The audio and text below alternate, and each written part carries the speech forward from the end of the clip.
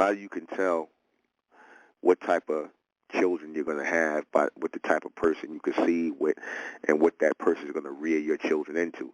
You can have your children with a black devil, an earthbound, two-dimensional black-ass demon, black devil, and you could be, you can be, all for this message and the evolution of our people and arming and things like that, but you chose to lay down with a two-dimensional black-ass demon, so that really starts to alter your decision-making, and thus it will alter your children. It will alter your children, and it will keep them from ascending into that fourth dimensional realm. It will keep them from ascending into that fourth dimensional state. And then your children will be disconnected, and so eventually so shall you. In other words, they have to be here in the future, and you have to be here in the present, and from there, the connection happens.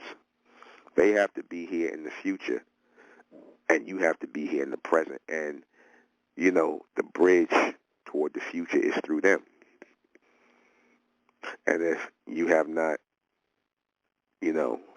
altered things in yourself, if you still sit up here acting like a nigga, you still caught up in this whole black thing, this whole African American thing, this whole nigga mentality, this whole shiesty, grimy, disagreeable nigga mentality, then that means that you're not of the chosen, because you ain't gonna raise no children of that. You're gonna teach them to be low level and grimy like you. You're gonna teach them to be low level beings like you. And from that's what's going to determine whether or not you're going to be delivered or not. Simple as that. The children, you heard that term, the children. What was that song that was popular with so-called bronze, with black people, so-called black people, bronze people, that Whitney Houston song, I believe the children are the future. Teach them well and let them lead the way. You see? Notice that. Now, I don't know who wrote that song, The Greatest Love of All. Notice how that song resonated with our people. When Whitney Houston sung it, notice how it resonated. I believe the children are the future. Teach them well and let them lead the way. Show them all the beauty they possess inside. You see?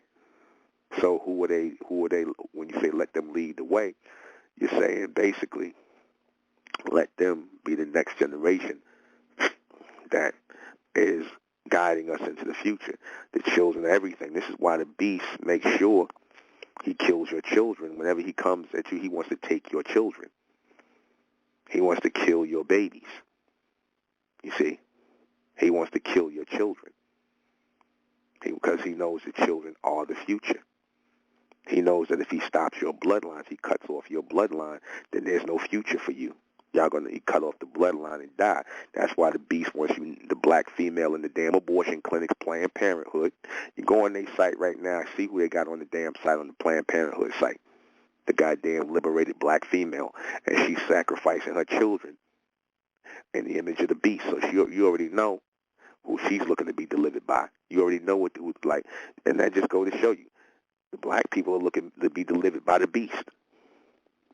Black people are looking to be delivered by the beast. You see? You see who to go on their site and see who they got there. They don't got no white females up there on Planned Parenthood. They got the black females. And this country funds black females killing their babies. So the beast is all together on that. They fund you killing your babies, but they ain't got no white children, no white women up there killing their babies. They ain't doing that. So what does that tell you? They don't want your children to come into power in the future. See, because their bloodline is dying. And so they will attack your children in these hospitals. They'll tell them they need all kinds of so-called tests and shots and vaccinations or whatever. Right? And they'll tell you that your children must be vaccinated,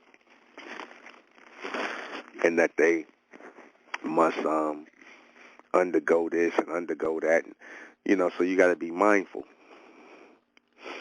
Or, like I said, when the beast attacks, he makes sure, even the slavery and things, they would show, the beast would show them killing your children.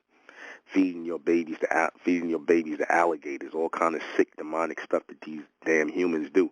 Then of course the liberated black female, what is she doing? She on the plantation feeding these little damn puppies, feeding the beast offspring, feeding the puppies while they killing her babies, making the nigga woman nurse their little puppies. You see, while they make her starve her child. You see. And then after that, the reward is, after she feed their children, then the reward is they're gonna go and they're gonna go and sell her children. You see. So you already know who they have in mind when they talk about destroying your children. Especially now, your firstborn, in the Atlanta child murders thing. They killed a lot of black boys. A lot of black boys. They didn't kill black men, they killed black boys. Because the beasts know, they know that to take a young life cuts off that energy of power to the future, cuts off that doorway to the future of that bloodline of those people. That's why I tell you people, you know, and I didn't understand this in the 50s and the 60s and the 40s, all that, how bronze people was raising their children down south around these goddamn devils.